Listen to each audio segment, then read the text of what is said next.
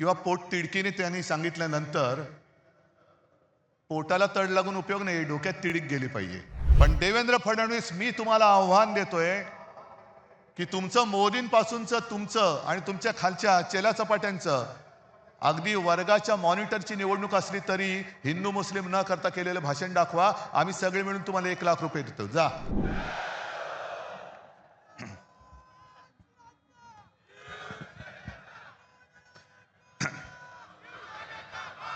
महाराष्ट्र नवनिर्माण सेनेचे अध्यक्ष राज ठाकरे, राष्ट्रवादी काँग्रेसचे नेते आणि आमचे मित्र जयंतराव, व्यासपीठावरील सर्व जे उद्या मुंबईचं रक्षण करणार आहेत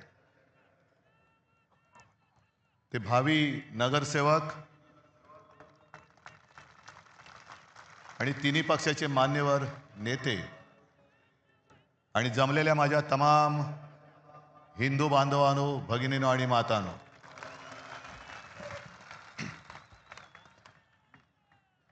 आता या पहिल्या वाक्यापासूनच उद्या चर्चा सुरू होईल की राज मराठी बांधवांनो, भगिनींनो आणि मातांनो म्हणाले आणि उद्धव ठाकरे हिंदू बांधवांनो, भगिनींनो, मातांनो म्हणाले. अहो, हेच तर आमचं म्हणणं आहे. कारण मुंबई महानगरपालिकेची निवडणूक सुरुवात कोणी केली, महापौर कोण होणार, त्यांनी सुरुवात केली आणि आम्ही म्हणतो मराठी महापौर होणार, ते म्हणतात हिंदू महापौर होणार. मग देवेंद्र फडणवीस हिंदू आहेत की नाही हा पहिला माझा त्यांना प्रश्न आहे. जरा तपासून बघा, काय तपासायचं असेल तर. नाही म्हणजे डोकं वगैरे काय बर्थ सर्टिफिकेट वगैरे असं मी म्हणतोय. आम्ही अस्सल मराठी बोलणारे देशभक्त हिंदू आहोत आणि राजने आज अप्रतिम मांडणी केली. राज, तू जे सांगितलं की पोट भरून जेवण तुम्हाला देणार आहे, आता एवढं पोट भरल्यानंतर किंवा पोट तिडकीने त्यांनी सांगितल्यानंतर पोटाला तड लागून उपयोग नाही, डोक्यात तिडीक गेली पाहिजे. आणि ती जर जाणार नसेल तर मग छत्रपती शिवाजी महाराज की जय बोलण्याचा आपल्याला अधिकार नाही, जय भवानी जय शिवाजी बोलण्याचा आपल्याला अधिकार नाही. आणि आजच्या सभेचं हे वैशिष्ट्य आहे. जसं आपल्या सगळ्यांच्या मनात आजपर्यंतचा शिवसेनेचा इतिहास माहिती आहे, तसंच मला ती पहिली सभा मलाही आठवते. मी इथे खालीच माच्या मांडीवरती बसून ती सभा बघितली होती. समोर आजोबा होते, बाळासाहेब होते, श्रीकांतजी होते. काय बोलणं ऐकायला येत होतं, पण कशासाठी नेमकं काय चाललंय, मराठी माणसावरती अन्याय होतं म्हणजे नेमकं काय होतंय हे कळण्याचं वय नव्हतं. आणि आज या सगळ्या गोष्टीची जाणीव होते. काय योगायोग आहे की त्यावेळेला मी इथे समोर बसलो होतो, आज आमच्या खांद्यावरती धुरा आलेली आहे. आज सगळ्यांना कळलं असेल की ठाकरे बंधू एकत्र का आले.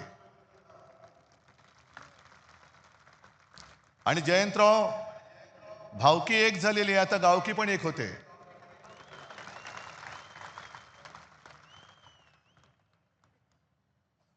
अनेक जण आतापर्यंत प्रश्न विचारत होते की ठाकरेंच्या अस्तित्वाची लढाई आहे का. अरे, ठाकरेंचं अस्तित्व ठरवणार अजून जन्माला नाही आलं. हे बघा समोर बसलेत, हे खरं ठाकरेंचं अस्तित्व आहे.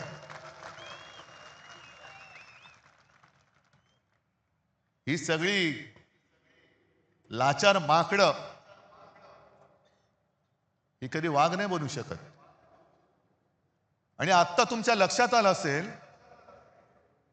की शिवसेना संपवण्यामागचा यांचा डाव काय होता. का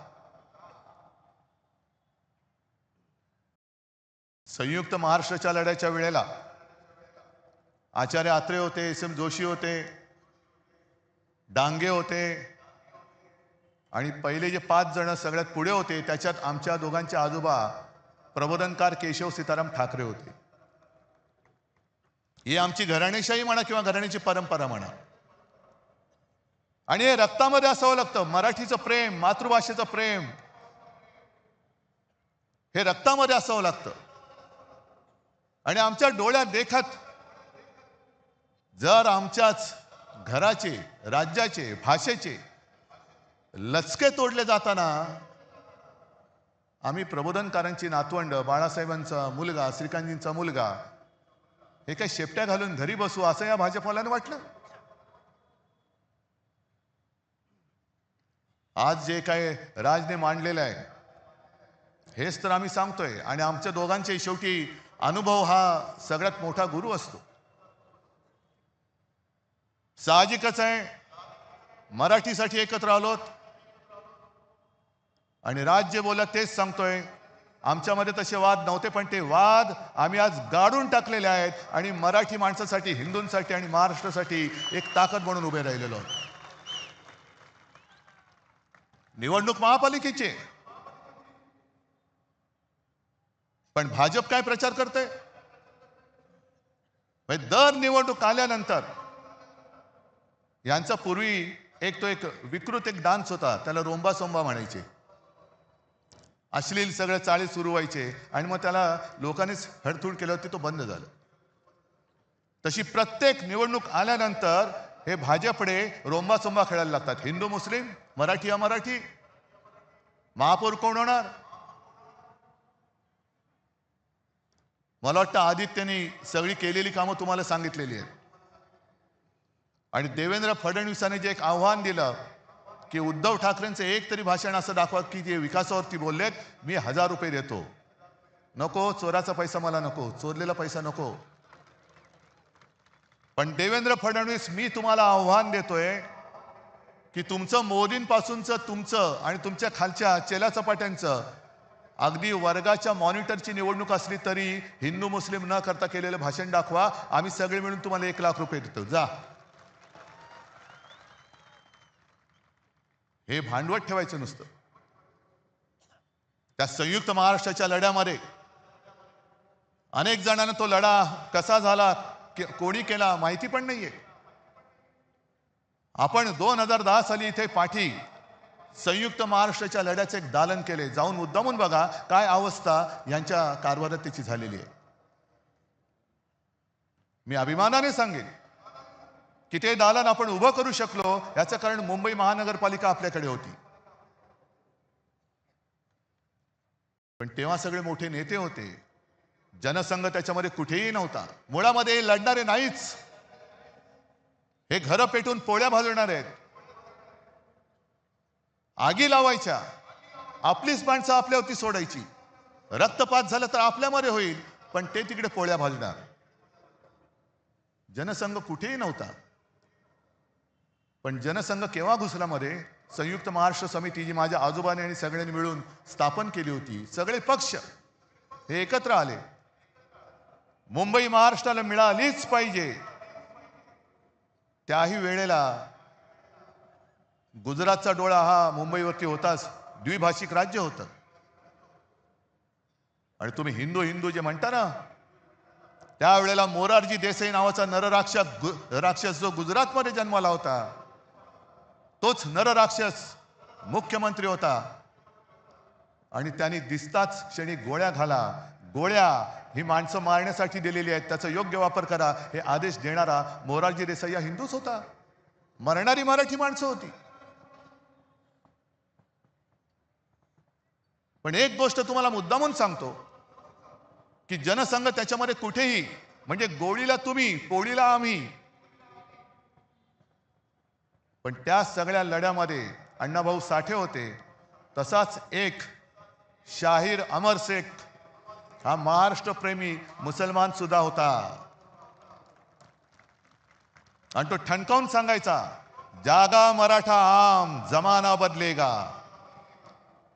आणि त्यांचं पुढचं वाक्य जे आहे, दो कौडी के मोल मराठा बिकने को तैयार नहीं. तो शिल्लक राहिलाय का आज मराठी माणूस? दो कौडी के मोल मराठा बिकने को तयार नाही, हे छाती ठोकपणे दिल्लीश्वरांना ठणकावून सांगणारा अमर शेख. अहो मेवा भाऊ, तुम्ही आम्हाला काय शिकवताय? हे सगळं अदानीकरण चाललेलं आहे. आमची मुंबादेवीच्या नावावरून तिचं नाव आम्ही मुंबई ठेवलं. मला आता भीती वाटते. म्हणजे भीती तर वाटत नाही, कारण तुम्ही एवढे म्हटल्यानंतर त्यांना भीती वाटली पाहिजे की मुंबईचं परत बॉम्बे करण्याचा त्यांच्या मनामध्ये डाव आहे का. आणि तो अण्णामलाई आला, त्याला मला खास धन्यवाद द्यायचे. का धन्यवाद? कारण तो नकळत बोलून गेला. भाजपच्या मनातलं जे काळं आहे तो ते बोलून गेलेला आहे. असंच ज्या वेळेला लोकसभेच्या सुमारास त्यांनी जो नारा दिला होता, आपकी बार 400 पार, मी म्हटलं होतं आपकी बार तडीपार. आणि त्यांच्याच खासदारांनी बिंग फोडलं होतं की 400 पार का? कारण आम्हाला संविधान बदलायचंय. संविधान का बदलायचंय? तर एका साध्या मराठी माणसाने लिहिलेलं ते संविधान. यानं तर देवाने पाठवले. पण एक साधा माणूस संविधान लिहितो आणि त्या संविधानाच्या आधारावरती देश चालतो, असं काय शक्य आहे? आज ही सगळी परिस्थिती तुम्हाला दाखवल्यानंतर मी जिथे जातोय, ज्या ज्या महापालिका बघतोय, रिपोर्ट घेतोय, सगळीकडे एकच चालत आहे. आपली ही सोन्यासारखी मुंबई, ज्याच्या ठेवी आपण 92,000 कोटीपर्यंत नेल्या होत्या, त्या यांनी 70,000 कोटीपर्यंत तोडलेल्या आहेत. आज आपण हे सगळं प्रदूषण बघतोय. हे नुसतं प्रदूषण नाही, हवेचं प्रदूषण नाही, हे भ्रष्टाचाराचं प्रदूषण आहे. जवळपास 3 लाख कोटींचा घोटाळा या दळबद्री भाजप आणि त्यांच्या या लाचार गद्दार सरकारने करून ठेवलेले, आपल्या डोक्यावरती मारलेले. ही निवडणूक स्पष्ट आहे. आम्हाला महापालिका पाहिजे. का पाहिजे हे आम्ही दोघं सांगतोय. भाजपला का पाहिजे? कारण ती त्यांना अदानीच्या हातात घालायची. हा एक मुद्दा झाल्यानंतर 25 वर्षामध्ये शिवसेनेने केलेली कामं आणि गेल्या फक्त 4 वर्षामध्ये यांनी धुवून टाकलेली मुंबई, हे फक्त समोर ठेवा. आणि ज्यांना मराठीबद्दल प्रेम तर सगळ्यांना आहेच, पण जो असाच एक मतदार आहे त्यांनी प्रश्न विचारायला पाहिजे की हे खरं आहे की हे खरं आहे. आज संपूर्ण मुंबई 90% खोदून ठेवलेली आहे. म्हणजे एक ते पर्यावरण तज्ञ आहेत, केस भट मला वाटतं त्यांचं नाव, त्यांनी सांगितलं दिल्ली ही व्हेंटिलेटरवर आहे, तर मुंबई ही ICU मध्ये आहे. उद्या आपण जगायचं कसं हे ठरवणारी ही निवडणूक आहे. आणि ही जी काय 90% मुंबई खोदलेली आहे, इकडून मेट्रो, तिकडून मेट्रो, इकडून बोगदा, तिकडून रस्ता खोदलाय, तिकडे फुटपाथ खोदलाय, चालायला जागा नाही, फिरायला जागा नाही. संपूर्ण मुंबईमध्ये धूळ आणि सिमेंटचं साम्राज्य आहे. पण त्याच्या प्रदूषणात सुद्धा भ्रष्टाचार आहे. कारण या सर्व कामांसाठी जे सिमेंट वापरलं जातंय त्यातलं 50 ते 60% सिमेंट हे अदानीच्या कंपनीकडनं खरेदी केलं जातंय. तुम्ही बसा मांडत, हिंदू मुस्लिम महापौर कोण होणार, हा होणार का तो होणार, तो होणार का हा होणार. मराठी माणसाने केवळ घाम गाळून ही मुंबई नाही मिळवली, तर रक्त सांडून मिळवलेली मुंबई. आणि आज ते मोठे कोणी नेते राहिलेले नाहीयेत, पण आमची घराण्याची परंपरा म्हणून, एक आमचं कर्तव्य म्हणून आम्ही तुमच्यासारख्या सगळ्या सैनिकांच्या साथीने हे आक्रमण परतवण्यासाठी उभे राहिलेलो आहोत. आमच्या सोबत येणार आहात की नाही हे ज्याचं त्यांनी ठरवायचंय. ही काही पहिली निवडणूक नाहीये. शिवसेनेला तर यावर्षी 60 वर्ष होतील. अनेक निवडणुका आल्या आणि अनेक निवडणुका झाल्या. काही शिवसेना जिंकली, काही शिवसेना हरली. भारतीय जनता पक्षाबरोबर युती झाली, हिंदुत्वासाठी केली. आणि याच व्यासपीठावरती तोही काळ आठवते, तीही मीटिंग मला आठवते, ज्या मीटिंगमध्ये शिवसेना प्रमुख जॉर्ज फर्नांडिस आणि पवार साहेब होते. युत्या होतात, आघाड्या होतात, मतभेद होतात, लोक दूर जातात. आता नितीश कुमारचं उदाहरण बघितल्यानंतर मला भारतीय जनता पक्षाला हेच प्रश्न विचारायचे आहेत की तुम्हाला हिंदुत्ववादी असलेली शिवसेना का नको, याचं उत्तर आज आम्हाला मिळते. तुम्हाला मुफ्ती मेहबूबा मुफ्ती चालते. संघ मुक्त भारत म्हणजे संघ नको म्हणणारा नितीश कुमार चालतो. मोदींना अतिरेकी म्हणणारे चंद्रबाबू चालतात. पण शिवसेना नको. याचं कारण जोपर्यंत शिवसेना आहे तोपर्यंत तुम्हाला मुंबईचा घास गिळता येणार नाही हे फक्त माहिती आहे, म्हणून तुम्हाला शिवसेना नकोय. कारण आघाड्या तुटतात मी म्हटलं ना, पण पक्ष संपवण्याचा हा विकृतपणा हा शिवसेनेबरोबर त्यांनी पहिल्यांदा केलेला आहे. आणि महाराष्ट्राच्या ज्या दोन शक्ती, अरे तुमचा कुठला बँडवाले आहात तुम्ही, नुसता मोदींचे बँडवाले तुम्ही, आमचा ब्रँड संपवला निघालात. आज ठाकरे तर आम्ही आहोत, एकच आहोत, पण पवार साहेब सुद्धा आमच्या सोबत आहेत. ज्या पवार साहेबांनी देशामध्ये सुद्धा एक मोठं काम केलेलं आहे, म्हणून ही दोन नावं पुसून टाकायची.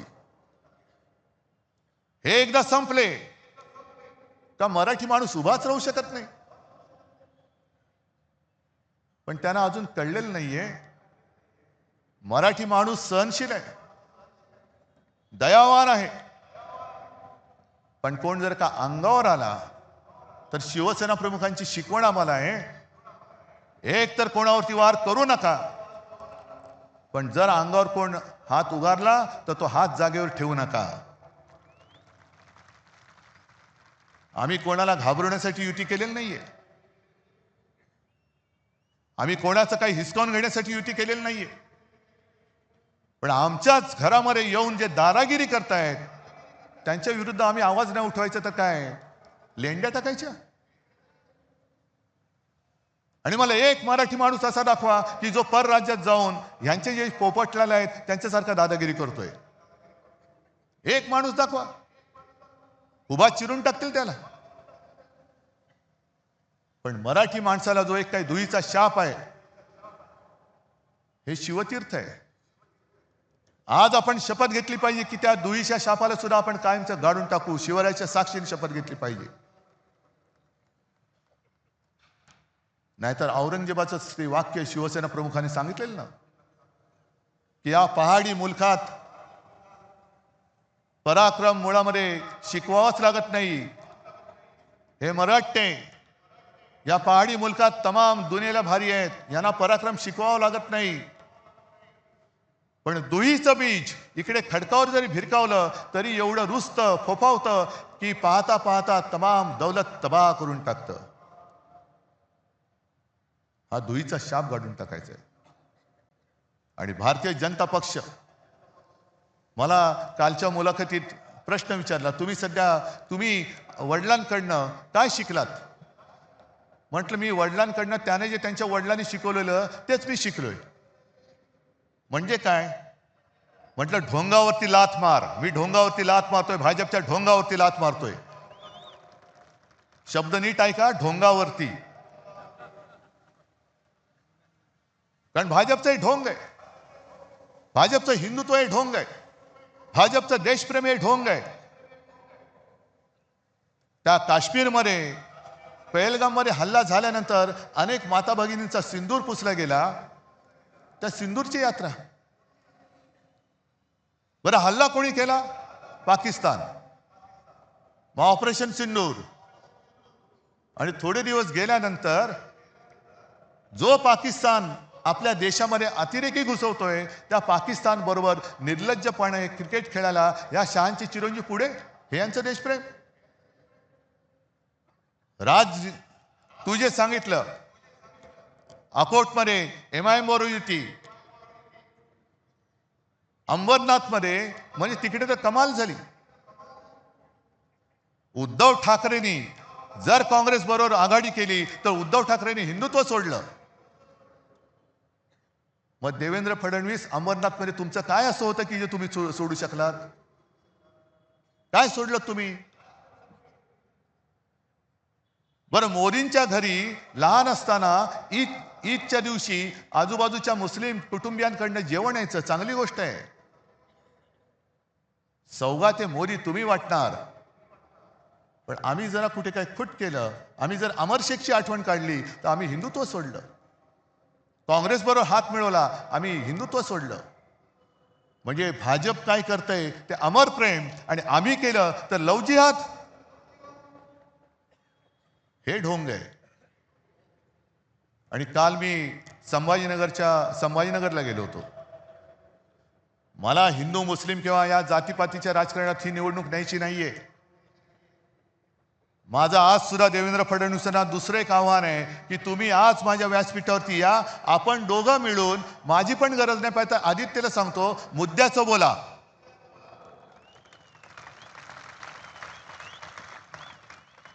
हे म्हणे शिवसेनेने मुंबईसाठी काय केलं, मराठी माणसासाठी काय केलं. मी विचारलं कोण विचारतं हे? नाही, सगळे मिंदे फिंदे एसनशी गट बिसनशी गट जे आहेत ना ते. म्हटलं या लोकांना महापालिका दाखवली ती शिवसेनेने दाखवलेली आहे. विधानसभेमध्ये पोचले, मंत्री झाले, या गद्दाराला मंत्री करण्याचं पाप हे मी केलं. हे अभिमानाने नाही, शर्मेने सांगावं लागते मला. पण जर का शिवसेना नसती तर ही विचारणारी माणसं आहेत, ही सगळी गद्दार, ही तर काय खान नाही येत, नाही मराठीच आहेत ना. कोणत्या तोंडाने तुम्ही आमच्या अंगावरती येत आहे? शिवसेनेने मुंबईसाठी काय केलं ही पुस्तिका घेऊनच आलेलो आहे आम्ही. शिवसेनेने मुंबईसाठी काय केलं, पुस्तिका छोटी आहे पण कामं मोठी आहेत. ही प्रत्येकाकडे वाटलेली आहेत, प्रत्येकाकडे वाटलेत. अगदी शाळा जाऊन बघा, अभिमान वाटेल. महापालिकेच्या शाळा, मुंबई महापालिकेच्या शाळा कशा आहेत ते बघा. पाणी पुरवठा बघा कसा होतोय. अजून आपण 24 तास देऊ शकत नाही आहोत, पण त्याच्यात पाणी पुरवठ्यात वाढ तर नक्की करतोय. आरोग्य सेवा आहे. काल संभाजीनगरची मी तुम्हाला आठवण सांगत होतो. मला आश्चर्य वाटलं लोक तिकडे सहन कशी करतात. कारण वर्षाच्या 365 दिवसापैकी फक्त 44 दिवस संभाजीनगर शहरामध्ये पाणी येतं. बरं, संभाजीनगरचं नामांतर मी केलं, जयंतराव साक्षी आहेत त्याला. जो शिवसेना प्रमुखांचा एक आदेश होता, औरंगाबाद नाही छत्रपती संभाजीनगर झालं पाहिजे, तो आम्ही करून दाखवलेला आहे. पण नाव संभाजी महाराजांचं दिल्यानंतर त्याच्यामध्ये सुविधा कोण देत आहे?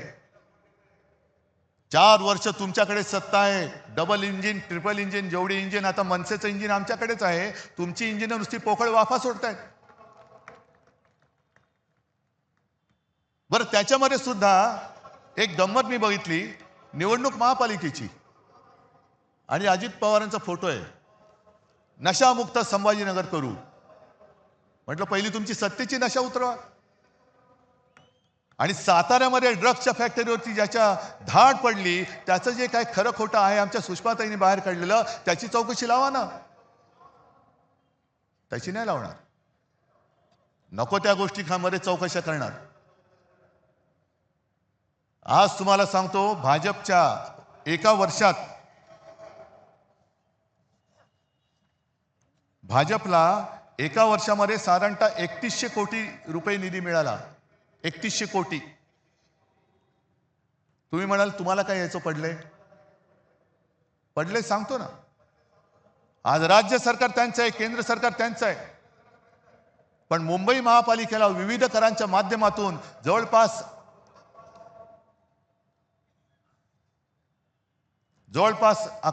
10,900 कोटी. 10,900 कोटी म्हणजे किती झाले? 11,000 कोटींची थकबाकी येणं बाकी आहे.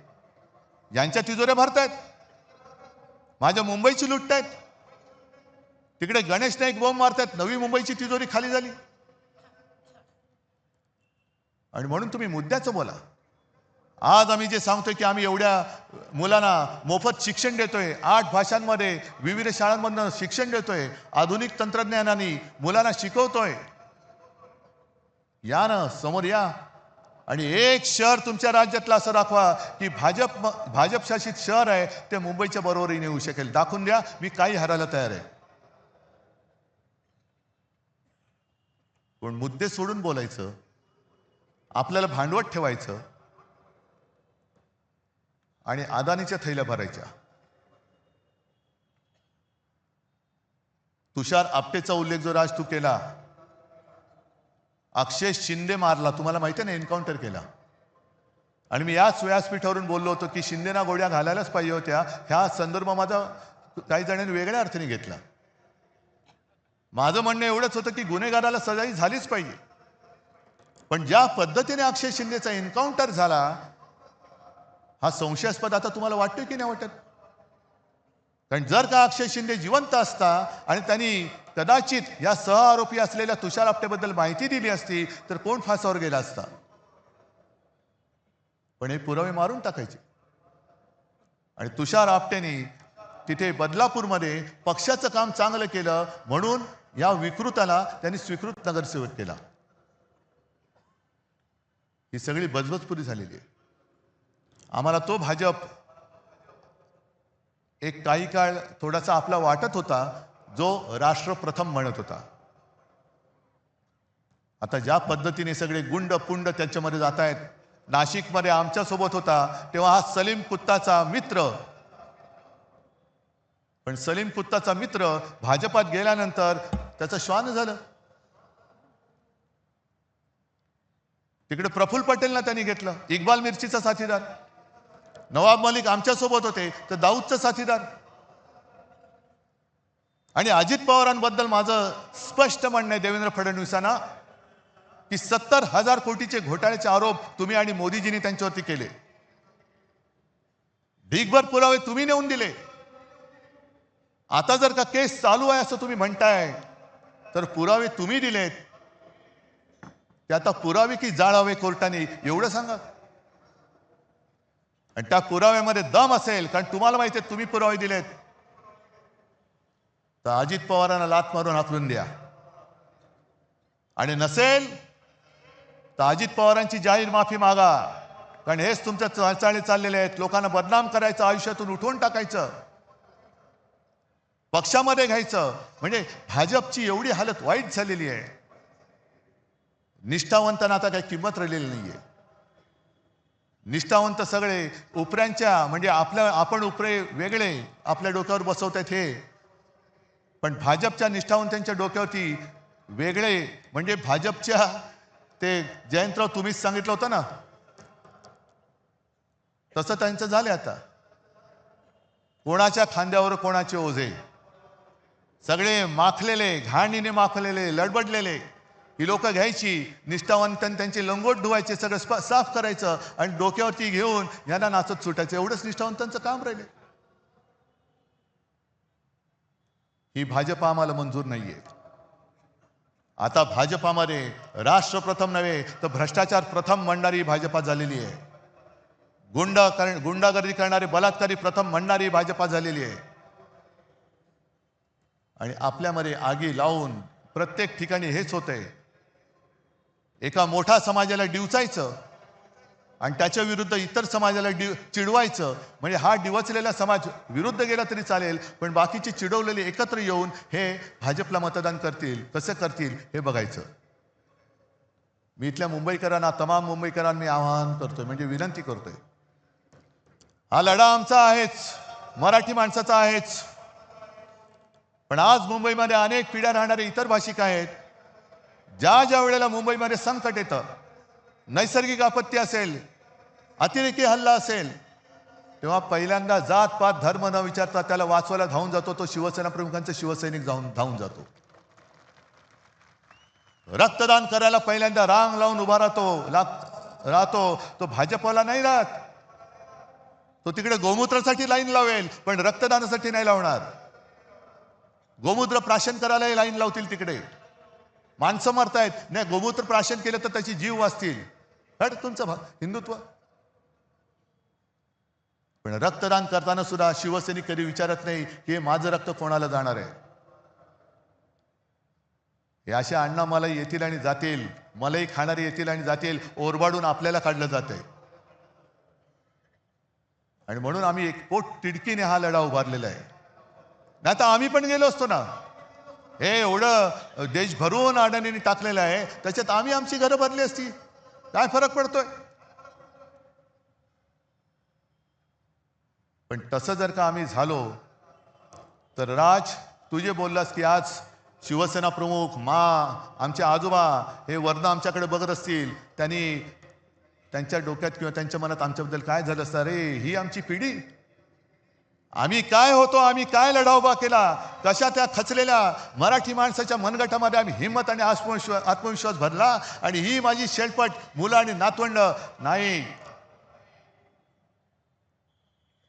पण त्यांनी जे आणखीन सांगितले की जगायचं कसं, एकच दिवस जगा पण तो वाघाचा जगा, 100 दिवस शेळीच्या जगण्याला काही अर्थ नसतो. जगायचं असेल तर वाघ म्हणून जगा, आणि शेळी म्हणून जगायचं असेल तर भाजपात जा. जे गेलेत गद्दार त्यांना जाऊ दे. असे अनेक जण आले आणि गेले. जसा अस्वलाच्या अंगावरचा एक केस उपटला तरी काय फरक पडत नाहीये, केस येतच असतात. भाजपला आज राजकारणामध्ये पोरं होत नाही, हे त्यांचं शल्य आहे, आमचं नाहीये. म्हणून मोहन भागवत सांगतायत की अपत्य वाढवा, अपत्य वाढवा, अपत्य वाढवा. अरे होत नाहीत, आम्ही काय करू शकतो? आम्हाला होत आहेत, तुम्हाला होत नाही. कारण मुळामध्ये जे बीज लागतं विचारांचं, ते विचारांचं बीजच भाजपमध्ये नाहीये. नेमका भाजप कशासाठी स्थापन केला गेला हेच त्यांना माहिती नाहीये. नक्की उठायचं कधी आणि बसायचं कधी हेच भाजपला माहित नाहीये. पक्ष जगणार कसा? ही आलेली सूज आहे, हा सत्तेचा माज आहे, आणि हा माज निदान एक लक्षात घ्या, इतिहास वगैरे जो काय कोण बघत असेल, काय बघत असेल मला कल्पना नाही, पण खंडोजी खोपडेचं नाव घेतल्यानंतर आपण काय बोलतो? सूर्याजी पिसाळचं नाव घेतल्यावरती काय बोलतो? आणि तानाजी मालुसरे, बाजी घोरपडे यांचं नाव घेतल्यावरती काय बोलतो? मग 400 वर्ष होऊन सुद्धा त्यांच्या कपाळावरचा जर गद्दारीचा डाग पुसला जात नसेल तर यांच्या कपाळावरचा डाग पुसायला किती पिढ्या जावे लागतील? आणि मग तुम्ही ठरवायचे, आम्ही तर ठरवलंय. छत्रपती शिवाजी महाराज होता येणं तर शक्यच नाही, त्यांचा मावळाही होता येणं शक्य नाही. पण त्यांनी जे त्यावेळेला केलं, असं काय नेमकं होतं की हे त्यावेळेला त्या मोगलांना टक्कर देणारं तेज या महाराष्ट्रामध्ये जन्माला आलं? आणि त्याच मातीमध्ये आपण जन्मलेलो आहोत, आणि तोच लढा, त्याच आक्रमणाविरुद्ध आज आपल्या हातामध्ये हे शस्त्र हे आलेलं आहे. जगायचं कसं हे आपण ठरवायचं. इतिहासामध्ये नोंद आपली कशी झाली पाहिजे हे आपण ठरवायचं. आणि मला खात्री आहे की जे विचार आम्ही तुमच्या समोर मांडतो हे विचार नाही, हे सत्य आहे. आणि सत्य नाकारून जर का आज देखील कोणी पुन्हा भाजपच्या नादी लागणार असेल तर केवळ आपलंच नाही तर ते त्यांच्या पण मुलाबाळांचं आयुष्य धोक्यात घालतायत. आणि म्हणून एकच हात जोडून विनंती आहे, मी हात इतर कोणासमोर जोडत नाही, पण हे जे काय सैन्य आहे, हातामध्ये भगवा घेतलेलं सैन्य आहे, त्यांच्यासमोर मी हात जोडतोय. आणि ते हात एवढ्यासाठी जोडतोय की आता वेळ आलेली आहे, हाताची घडी सोडा आणि हातामध्ये मशाल घ्या, इंजिन सोबत आहे, आणि विजयाची तुतारी फुंका. आणि हे फक्त छत्रपतींचा महाराष्ट्र करू शकतो, जो सेनापती बापटांनी सांगितलं होतं ना, महाराष्ट्र मेला तरी राष्ट्र मेले. महाराष्ट्र मरू शकत नाही, महाराष्ट्र कोणी मारू शकत नाही. आणि जो राष्ट्राला मारायला येईल त्याला मारल्याशिवाय महाराष्ट्र राहत नाही, हे दाखवण्याची वेळ आलेली आहे. आणि तेवढ्याच करता ही जी काही एकजूट केलेली आहे ही त्याच्यासाठी केलेली आहे, ही गंमत म्हणून केलेली एकजूट नाहीये. आपण शपथ घेतली पाहिजे. रक्त सांडून मिळवून दिलेली मुंबई आपल्याला आहे, मराठी माणसाने रक्त सांडून मिळवून दिलेली मुंबई आहे. आम्ही ही मुंबई तुटू देणार नाही, लुटू देणार नाही आणि झुकू देणार नाही, ही शपथ घेऊन आम्ही उद्याच्या युद्धाला सामोरं जात आहोत. सगळ्यांना शुभेच्छा देतो. जय हिंद, जय महाराष्ट्र.